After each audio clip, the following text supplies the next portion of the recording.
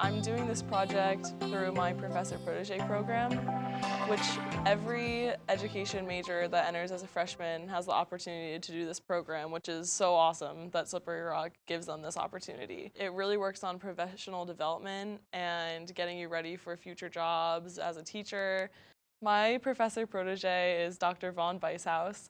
He is a special education professor here, and our project is making a sensory-friendly theater production for audiences that have intellectual disabilities.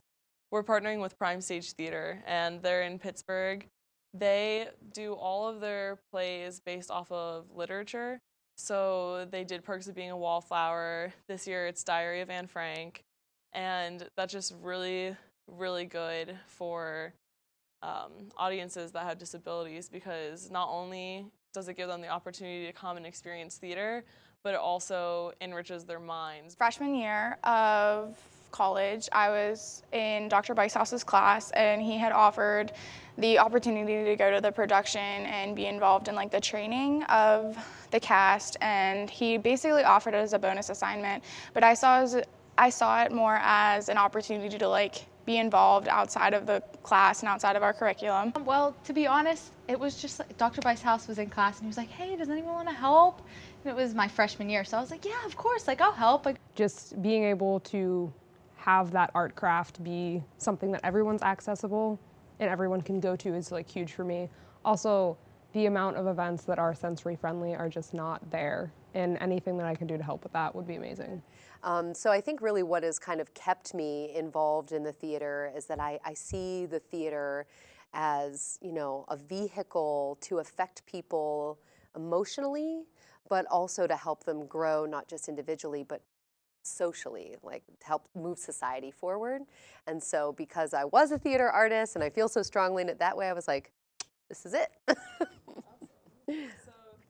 I had a little bit of an idea of what they were, just from like prior knowledge from like other classes being talked about that it helped autistic students. But then being in that class, he had talked about it a few times, and then at that final class when he offered it to us, that's when I kind of knew that I wanted to be involved. And I did know, I just didn't know how little we were doing them. I assumed it was something that people would just kind of, you know, do because it's something that we need to do. Going into it, I had no clue what it was, like zero idea what it was. And I was like, oh, okay, this should be interesting. We had a sensory table outside in the lobby, and we just made like little things that they could play with. Like we had crayons. I think we had crayons, just coloring materials, like little things, fidgets that they could play with. I've never been a part of one, but I know about them and I really believe in the value of them. Sensory friendly would be any accommodations that the theater makes to tweak the shows in just little ways that make it better for audiences with disabilities to come and see and experience. So things like dimming the overhead lights, making the light effects less dramatic, so strobe lights, audience-facing lights, those will all be toned down so that it doesn't trigger anything in the audience members. Sounds, lots of loud sounds, explosions, yelling, all of that would be toned down. And there's a quiet room available, so if they ever need a break, when they feel overwhelmed, they can go to the quiet room, and there's different things in there that can help them cope with the performance, and when they're ready, they come back out and go back to their seats. And then usually at intermission, there's activities that they can do. So in the past, we've done writing letters to the cast members. they come in kind of like anxious, and they're not really sure what's going to happen. A lot of them have never been to a sensory-friendly play. There's not a lot around here. And oftentimes during intermission, they come out with a smile on their face, and they're really like happy about what's going on, and they like the cast members. And like the last play, we had a few students that came out and wrote letters to the cast members, and it was like really gratifying, and seeing how like they connect with the people that are in the play. The audience was like a little like shy and like quiet, and they were a little confused as to what was going on. And after, I think they understood like what was going on with the theater and what they were watching, and most of them were fine. Like they all stayed in there and they had a great time.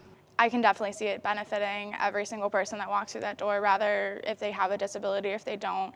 The cast members work really hard and they really focus on the content and being able to appropriately present it in different matters, because they do change like the strobe lighting and that kind of thing. So they make it comfortable for them, but they also do the same content and they do the same play as if they would for anyone. So even able-bodied and regular individuals can go see it and enjoy it. And then those with disabilities definitely get a benefit of being able to do outside things and being able to go into the community and being involved in plays like everyone else can. Absolutely. I mean, they finally get to see these productions that otherwise they wouldn't be able to. I know going to a show for somebody with, say, social anxiety can be hard, let alone these kids who are sensitive to light, sound, touch, all of those things. I have worked with students who are on the autism spectrum, and what I've seen is that there is being engaged in the work. I'll talk about two things: being engaged within the process of creating theater, but then also watching theater. But I have noticed with those students that kind of creativity and that freedom within the environment, right? There's structure, but there's also an encouragement to like express and be free, tends to be really exciting for them, and maybe in a way that they're not able to experience in a traditional classroom setting. And then in terms of watching a theater production, the setting is just right, where they're able to really feel like themselves and that they're accepted, for who they are in the space. Then it's a place for them to get to engage with the emotions and the themes within a play in a really kind of safe way. I learned a lot about individuals with disabilities, but I also learned what it takes to set up a sensory production and learning how to create such a large event. So it definitely helped in many ways throughout my college career. I mean, any way that you can market yourself and any way that you can help is more, I guess, practice on your part. And the more I practice, practice makes perfect. It taught me what sensory friendly was and how to set up a sensory friendly production, and like the table, I would have never known like those different things would help students who need that.